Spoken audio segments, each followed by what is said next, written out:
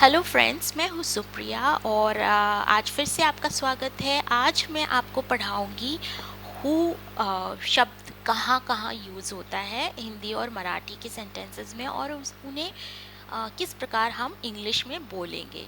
तो आज के इस वीडियो में, जैसे आज से मैं क्वेश्चंस जो प्रश्न पूछे जाते हैं, तो उनमें who, why, what, how, whom, इस प्रकार के वर्ड्स यूज़ किए जाते हैं। तो वो आज आज से कुछ दिनों तक, कुछ अगले वीडियोस तक मैं क्वेश्चंस कवर करूँगी। ओके, तो अभी तक मैं आशा करती हूँ कि आप मेरे सारे वीडियोस शुरू से देख रहे होंगे, क्योंकि अगर आप शुरू से नहीं देखोगे तो बीच में कोई भी टॉपिक अगर मैं पढ़ाती हूँ तो वो आपको समझ में नहीं आ सकता है। इस बात की संभावना है। तो आपको पूरे वीडियोस देखने होंगे शुरू से अभी तक के, ताकि जो करंट वीडियो है, जो आज का वीडियो और जो आने वाले वीडियोस हैं, वो सारे आपको अच्छे से समझ में आए, क्योंकि एक टॉपिक दूसरे टॉपिक पे डिपेंड होता है। ओके, तो स्टार्ट करती हूँ मैं इस वीडियो को। तो जैसे हु, आज मतलब हु वर्ड आज मैं सिखाने वाली हूँ। जैसे हिंदी में अगर आप कहते हो कौन या किसने, ठीक है, हु, कौन, किसने। और मराठी में कोण, कुणी। ओके, कोण, कुणी। ओके, तो हु ज़्यादातर इन शब्दों की जगह हम इंग्लिश में बोलते हैं। तो कुछ एग्जाम्पल्स देखते हैं और तब आपको डिटेल में समझ में आ जाएगा। तो जैसे मैं अगर कहूँ कि शाम को तुम्हें कौन कॉल करता है, संध्याकाळी तुला कोण फोन करतो, ठीक है। तो इसको हम इंग्लिश में कैसे करेंगे? कहेंगे who calls you in the evening. अब देखिए, शाम को तुम्हें कौन कॉल करता है, संध्याकाळी तुला कोण फोन करतो, यानी कि वो काम, जो कॉल करने का काम है, वो हमेशा होता है, डेली कोई शाम को कॉल करता है, ठीक है। तो ये क्या हो गया? Simple present tense, right. मेरा फर्स्ट वीडियो उस पर मैंने आपको सिखाया है। और अगर वो थर्ड पर्सन के लिए वर्ब यूज हो रहा है, अभी यहाँ पे वर्ब क्या है, काम क्या हो रहा है? कॉल करने का, यानी फोन कोई करता है, तो फोन करने का काम कौन कर रहा है? हु, यानी कि वो थर्ड पर्सन है, यानी कि वो तीसरा इंसान है जिसके बारे में पूछा जा रहा है कि शाम को तुम्हें कौन कॉल करता है। ओके, तो उसके जो कॉल है, जो वर्ब है, उसमें एस आ जाएगा, ठीक है। तो मैंने आपको ये बहुत अच्छे से समझाया था फर्स्ट वीडियो में कि अगर थर्ड पर्सन है जिसके बारे में हम चर्चा कर रहे हैं, जिसके बारे में हम बोल रहे हैं, तो उसमें जो वर्ब यूज होता है उसमें एस लग जाता है, राइट। तो जो कोई काम अगर हमेशा होता है तो उसमें जो वर्ब लगता है, और वो थर्ड पर्सन के लिए अगर यूज होता है, तीसरे इंसान के लिए, तो वहाँ वर्ब में एस लग जाता है। तो यहाँ सब में एस लगेगा ही लगेगा, क्योंकि हु यानी थर्ड पर्सन। ओके, आप किसी को पूछ रहे हो तीसरे व्यक्ति के बारे में कि शाम को तुम्हें कौन कॉल करता है, और करता है यानी कि वो रोज करता है, हर शाम को डेली वो कॉल करता है। तो यहाँ पे ये सिंपल प्रेजेंट टेंस है, और सिंपल प्रेजेंट टेंस में थर्ड पर्सन की कैटेगरी में वर्ब जो होता है उसमें एस लग जाता है। तो ये मैंने आपको फर्स्ट वीडियो में सिखाया था। प्लीज़ वो वीडियो एक बार और देख लीजिए अगर आपको समझ में नहीं आया हो तो। Who calls you in the evening. Okay, next sentence है, आपके विद्यालय में गणित कौन पढ़ाता है? तुमच्या शाळेत गणित कोण शिकवते? अब ये भी देखिए किस टाइप का सेंटेंस है कि तुम्हारे विद्यालय में, तुम्हारे स्कूल में मैथ्स कौन पढ़ाता है?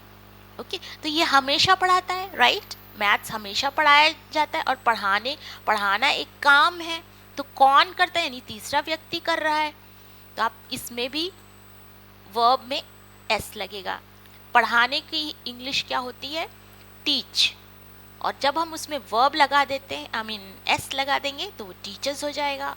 ओके, तुमच्या शाळेत गणित कोण शिकवते, म्हणजे दररोज शिकवते। ओके, तो उसमें हम वर्ब में एस लगा देंगे। और हु तो लगेगा, क्योंकि कौन है, कौन है, ठीक है, तो उसके लिए हु आएगा, who teaches maths in your school. देखिए मैंने यहाँ पे प्रेपोजिशंस भी यूज किए, इन, ओके, इन यानी गणित कौन पढ़ाता है विद्यालय में के लिए हम इन ही यूज करते हैं, ओके, समटाइम्स इन, समटाइम्स एक और प्रपोजिशन है वो यूज किया जाता है, बट यहाँ पे इन ही आएगा, ओके। तो who teaches maths in your school. So अगर इसका जवाब दिया जाए तो आप कैसे बोलोगे? Prerna ma'am teaches maths in my school. तो देखिए ये क्वेश्चन है, who teaches maths in your school, तुम्हारे विद्यालय में गणित कौन पढ़ाता है, तुमच्या शाळेत गणित कोण शिकवते, ओके। तो आप इसका जवाब कैसे दोगे? मेरे विद्यालय में गणित प्रेरणा मैम पढ़ाती है।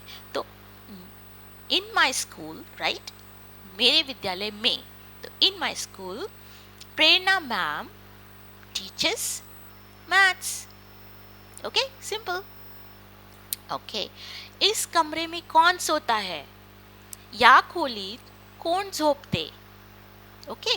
तो अगेन यहाँ पे सोने का काम हमेशा होता है, ओके, हमेशा ही कोई इस कमरे में सोता है, तो इस ये खोली में कोई सोता ही है, राइट, या खोलीत कोण झोपते, ऐसे आप पूछ रहे हो, तो कौन आ गया फिर से, तो आप हु लगाओगे कौन के लिए, कौन जो सोता है, लेकिन क्योंकि ये सिंपल प्रेजेंट टेंस है यानी कोई काम सोने का हमेशा होता है इस कमरे में, राइट, तो यहाँ पे जो वर्ब है उसमें एस लग जाएगा। तो हु स्लीप्स, कमरे में, इस कमरे में, इन दिस रूम, ओके। या खोलीत कोण झोपते, who स्लीप्स in this room, who स्लीप्स in this room. तो क्वेश्चन जब पूछते हैं तो उसका टोन अलग हो जाता है। टोन कैसा हो जाता है आपका, उसका जैसे, या खोलीत कोण झोपते, इस कमरे में कौन सोता है, ओके। तो ये क्वेश्चन के लिए टोन हो गया आपका, जो बोलने का तरीका है वो प्रश्न जैसे आप पूछ रहे हो वैसा हो गया। तो इंग्लिश में भी वैसे ही है, आपको आंसर की तरह नहीं बोलना है इसे, हु स्लीप्स इन योर रूम या इन दिस रूम, ओके, इस तरीके से पूछना है, ओके। मेरे बारे में कौन बात कर रहा है, माझ्याबद्दल कोण बोलतंय, ओके। तो यहाँ पे देखिए अब ये प्रेजेंट कंटिन्यूअस है, मेरा जो थर्ड वीडियो है और शायद फोर्थ वीडियो में भी मैंने आपको सिखाया है, no I don't think so, मैंने शायद थर्ड वीडियो में ये पढ़ाया है, प्रेजेंट कंटिन्यूअस यानी कि कोई काम है जो चालू स्थिति में है, मतलब वो जारी है, वो किया जा रहा है। माझ्याबद्दल कोण बोलतोय, ओके। तो मेरे बारे में कौन बात कर रहा है, तो बात करने का काम हो रहा है यहाँ, ओके, बोलने का काम हो रहा है। माझ्याबद्दल कोण बोलते, तो कौन के लिए हु आएगा। और मैंने आपको प्रेजेंट कंटिन्यूअस में सिखाया है कि जो वर्ब होता है, जैसे यहाँ बात करने का काम हो रहा है तो वो वर्ब हुआ, तो उसकी इंग्लिश होती है बात करने की, टॉक। और अगर वो काम जारी है, जैसे यहाँ काम होता है हमेशा, तो स्लीप, सोने का काम था तो यहाँ पे एस लग गया थर्ड पर्सन के लिए, राइट, फर्स्ट और सेकंड पर्सन के लिए नहीं, बट थर्ड पर्सन के लिए यहाँ पे एस लग गया स्लीप में। तो उसी तरीके से प्रेजेंट कंटिन्यूअस में जैसे कोई काम जारी है, कोई काम चालू है, तो उसमें जो वर्ब होता है उसमें आईएनजी लग जाता है, और अगर वो है प्रेजेंट है तो इज टॉकिंग हो जाए, is sleeping, is talking, is running, is eating, ऐसा रहेगा, ओके। और अगर वो पास्ट है तो वॉज लग जाएगा, अगर वो एक ही इंसान है, ओके। तो एक्सक्यूज मी, तो मेरे बारे में कौन बात कर रहा है, माझ्याबद्दल कोण बोलतंय, who is talking about me, मेरे बारे में, ये अबाउट मैं आपको सिखा चुकी हूँ, के बारे में, या बद्दल, मराठी में बद्दल बोलते, माझ्याबद्दल, मेरे बारे में। तो जब ये बारे में, बद्दल, ये शब्द आते हैं तो हम उनकी जगह अबाउट preposition का यूज़ करते हैं। ये अबाउट ये मैं आपको सिखा चुकी हूँ। तो आप prepositions के बीच बीच में मैं prepositions के भी वीडियो डालती हूँ, ताकि आप एक ही चीज़ ना पढ़ो। थोड़ा चेंज के लिए मैं अलग टॉपिक उठा लेती हूँ। ओके, तो who is talking about me, मेरे बारे में कौन बात कर रहा है, माझ्याबद्दल कोण बोलतोय। ओके, तो who is talking about me. Okay, मंच पर कौन गा रहा है, स्टेज पर कौन गाता है। तो देखिए यहाँ पे भी गाने का काम चालू है। ओके, तो कौन के लिए हुआ जाएगा, और गा रहा है कौन गात आहे, तो काम जारी है गाने का। तो इज सिंगिंग है इसलिए इज आएगा, और एक ही इंसान है जो गा रहा है, वो एक ही इंसान है और प्रेजेंट है, तो इज सिंगिंग आएगा।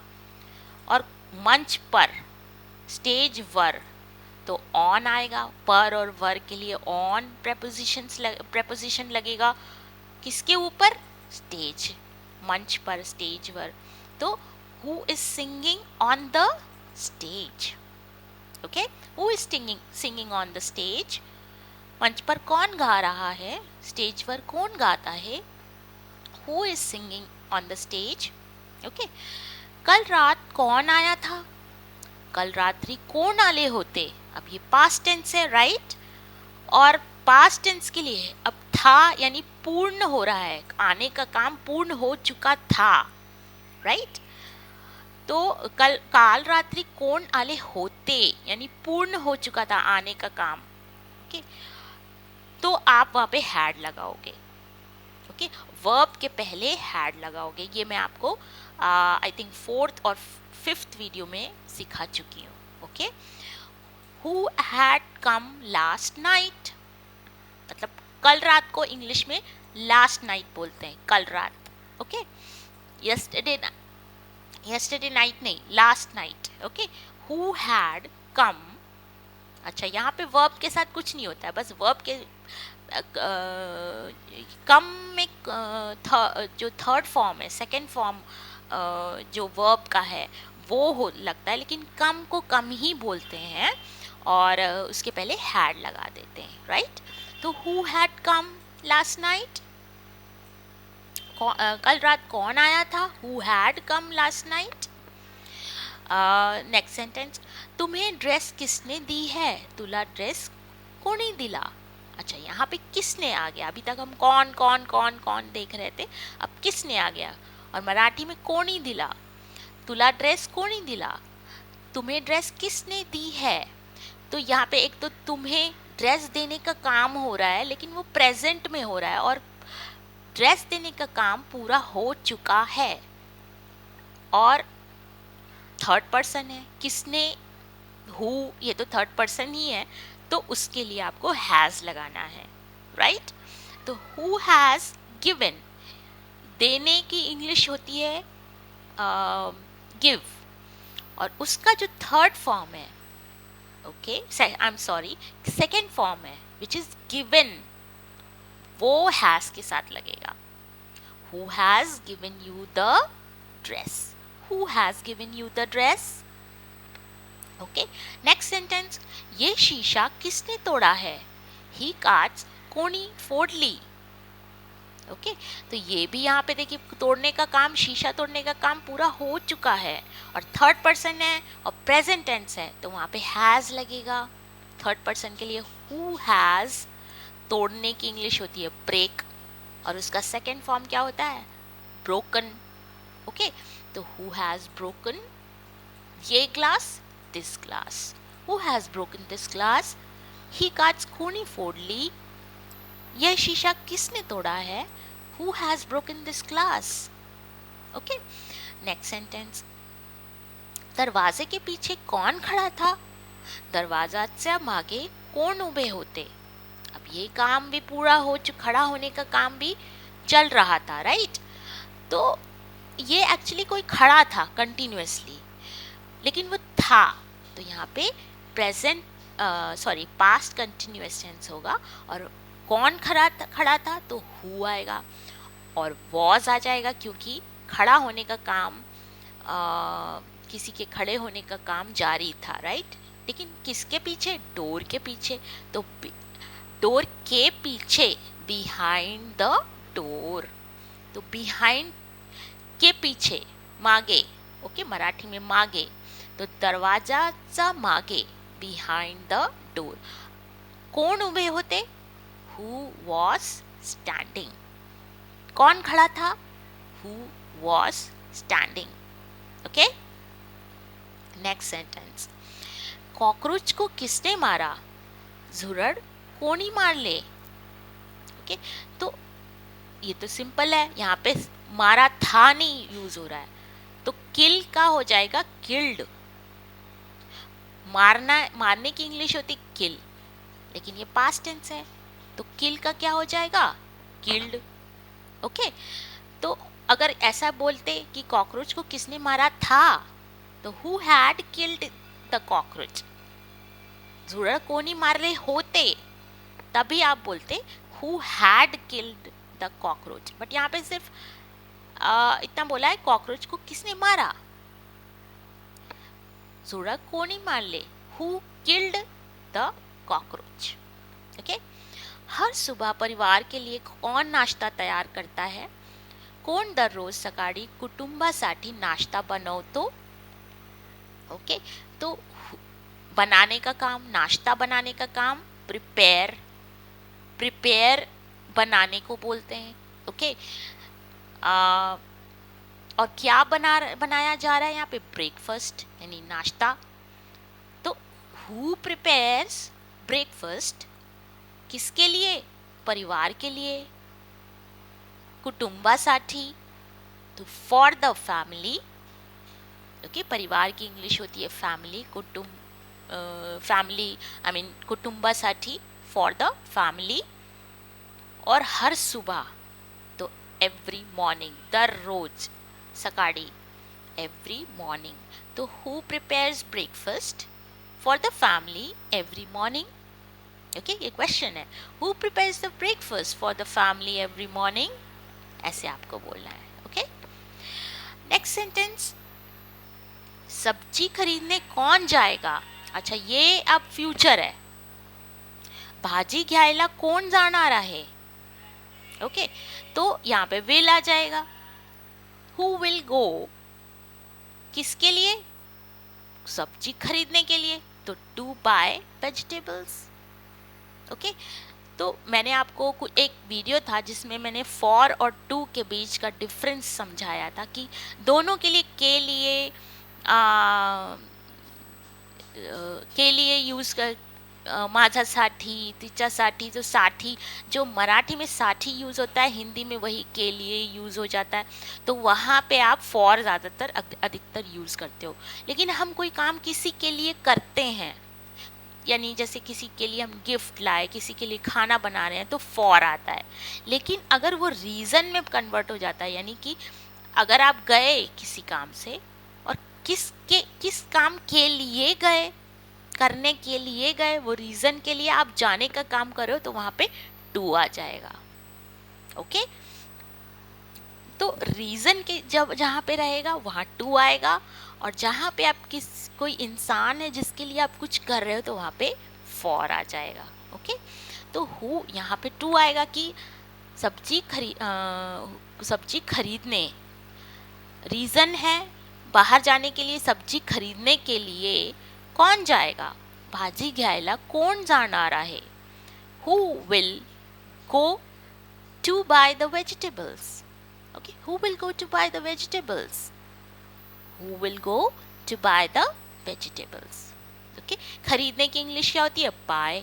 तो वो फ्यूचर टेंस में buy अगर वर्ब है तो वो वैसे का वैसे ही रहेगा, फर्स्ट फॉर्म ही वर्ब का रहेगा, which is buy। Okay, chocolate कौन खाएगा? चॉकलेट कौन खाना आ रहा है? तो अब ये भी फ्यूचर के लिए पूछा जा रहा है कि चॉकलेट कौन खाएगा? तो who will eat the chocolate? Okay, आपका दोस्त कौन है? तुमचा मित्र कोण आहे? तो है, अच्छा, यहाँ ये कोई सेंटेंस टेंस नहीं है, काल नहीं है, ना वर्तमान काल, ना भूतकाल, ना भविष्य काल। ओके, या क्योंकि यहाँ पे कोई काम नहीं हो रहा है। ओके, टेंस मतलब क्या, टेंसेस यानी क्या, काल यानी क्या, जहाँ पे कोई काम होता है। अब वो प्रेजेंट में भी हो सकता है, पास्ट में भी हो सकता है, फ्यूचर में भी हो सकता है। लेकिन कुछ ऐसे सेंटेंसेस होते हैं जहाँ पे कोई काम नहीं होता है, वो मतलब ऐसे ही पूछे, ऐसे ही बोले जाते हैं, जैसे आपका दोस्त कौन है। ओके, ये वो पूछ रहा है कि आपका दोस्त कौन है, यहाँ पे कोई काम नहीं हो रहा है। ओके, तुमचा मित्र कौन है, तो कौन के की जगह अब तब से हम यही पढ़ रहे हैं, हु आएगा। तुम्हारा मित्र, योर फ्रेंड, आपका दोस्त, तुम्हारा दोस्त, योर फ्रेंड। हु और इज क्यों आएगा, क्योंकि है प्रेजेंट टेंस है। Who is your friend. Okay, कौन है ये, तो कौन है। अगर वो लड़का है और आप पूछ रहे हो किसी सेकंड पर्सन से कि ये जो थर्ड पर्सन है ये कौन है, तो कौन है, तो हु इज ही। ओके, वे कौन थी कौन होती, अब ये पास्ट टेंस है और लड़की है, तो who was she, who was she. थी लगा है, होती तो पास्ट टेंस है, तो वहां पे वॉज आएगा, हु वॉज शी। ओके, इस तरीके से। Next sentence. अच्छा, यहाँ पे एक से ज्यादा लोग हैं, वे कौन हैं, ते कौन आहेत। ओके, तो दे आएगा, वे एक से ज्यादा लोग हैं, और ते मराठी में ते बोलते हैं, तो उस वर्ड के लिए दे हम बोलते हैं, THEY, दे। तो है प्रेजेंट टेंस है, आहे तो इज आएगा, लेकिन इज यहाँ नहीं आएगा। ओके, इज और वॉज हमेशा एक ही व्यक्ति के लिए अगर बोला जा रहा है तभी यूज होता है, या एक ही चीज के लिए, या एक ही व्यक्ति के लिए, एक ही जानवर के लिए, तो इज आएगा प्रेजेंट टेंस में। और पास्ट टेंस में वॉज आएगा, एक ही इंसान के लिए, एक ही चीज के लिए, एक ही जानवर के लिए।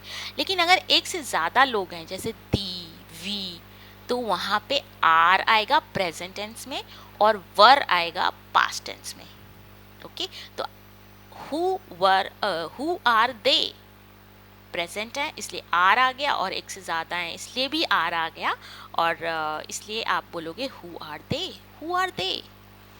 ओके, और पास्ट टेंस कैसा हो जाएगा, वे कौन थे, ते कौन आहेत, आई मीन होते, एक्चुअली यहाँ पे होते होगा, तो हु वर दे, वर हो गया, आर का वर हो गया, क्योंकि पास्ट टेंस में हु वर दे, वो कौन थे। ठीक है, ते कौन होते, तो हु वर दे। ओके, तो ये है कुछ सेंटेंसेस, ये थे कुछ सेंटेंसेस हु के ऊपर। नेक्स्ट सेंटेंस में हम हुम और हुम, WHOM और हु, इनके बीच का डिफरेंस समझेंगे, और होम भी पहले तो होम समझेंगे कि होम कहाँ कहाँ यूज होता है, और हु क्या, हु अभी आज आपने हु कहाँ यूज करना है वो सीखा। ओके, लेकिन हम हु और होम का डिफरेंस भी समझेंगे, मे बी आज के बाद थर्ड वीडियो में, लेकिन सेकेंड वीडियो में पहले मैं होम सिखाऊंगी आपको। ओके, तो आई होप आपको मेरे वीडियोस समझ में आ रहे होंगे। अगर आपका कोई भी डाउट है तो प्लीज़ आप कमेंट्स बॉक्स पे अपने डाउट्स पूछिए, मैं ज़रूर उनके जवाब दूंगी। और अगर आपको मेरे वीडियोस अच्छे लग रहे हैं, मेरे पढ़ाने का तरीका अच्छा लग रहा है, तो आप वीडियोस को लाइक करिए। अपने फ्रेंड्स के साथ जिन्हें इंग्लिश सीखनी है, फ्लुएंटली इंग्लिश बोलना सीखना है, तो आप उन लोगों के साथ, अपने फ्रेंड्स के साथ मेरा वीडियो शेयर करिए, सब्सक्राइब करना ना भूलिए। और आपका दिन शुभ रहे। तब मिलते हैं अगले वीडियो में, तब तक के लिए गुड बाय, टेक केयर।